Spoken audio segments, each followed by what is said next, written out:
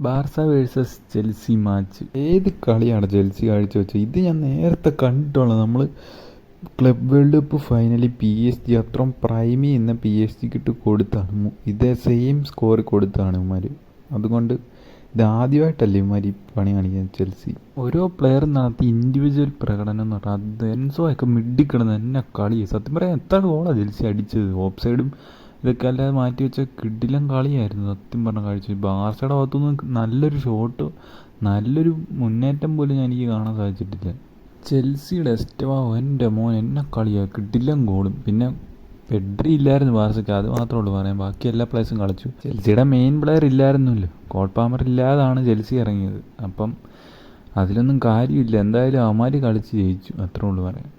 Yamal വീണ്ടും സ്റ്റോറിയൊക്കെ ഇട്ടായിരുന്നു, പക്ഷെ ഒന്നും നടന്നില്ല. അതിനെപ്പറ്റി ഇപ്പം ഇനി പറയാനില്ല. യമാൽ എല്ലാ കളിയും ഇറങ്ങുന്നതിന് മുൻപ് സ്റ്റോറി ഇടുന്ന കളി എപ്പോഴും പൊട്ടക്കളി. മര്യാദയ്ക്ക് സ്റ്റോറിയും ഒന്നും ഇടാതെ കളിക്കാറങ്ങാണ് എന്തിലൊക്കെ കാണുന്നത്. അടുത്ത നമുക്ക് പറയുകയാണെങ്കിൽ എംബാപ്പെ ഒളിമ്പിയാക്കോസിനെതിരെ 4 ഗോൾ അടിച്ചിരിക്കുകയാണ്. ഹാട്രിക്ക് 7 മിനിറ്റിനുള്ളിൽ ഹാട്രിക്കും അടിച്ച്. വിനീഷ്യസ് ജൂനിയർ 2 അസിസ്റ്റും നടത്തി. കിടിലമെന്ന് പറയാം, പക്ഷേ 3 ഗോൾ തിരിച്ചും കിട്ടി. അതാണ് മെയിനായിട്ടും പറയാനുള്ളത്, അതും പറയണം. ഏതായാലും എംബാപ്പെ തകർക്കുകയാണെന്ന് പറയാനില്ല. 2 കളിയായിട്ട് ഗോളൊന്നും ഇല്ലായിരുന്നു. റയൽ മാഡ്രിഡിന് വിന്ന് ഇല്ലായിരുന്നു. അങ്ങനെ രണ്ടും തിരിച്ചു വന്നു. എംബാപ്പെ 4 ഗോൾ അടിച്ചു. ഓക്കെ ഗൈസ്, അപ്പോൾ നിങ്ങളുടെ അഭിപ്രായം കാര്യങ്ങളൊക്കെ കമൻറ്റ് ചെയ്യുക ഗൈസ്. അപ്പം ഓക്കെ, ബൈ.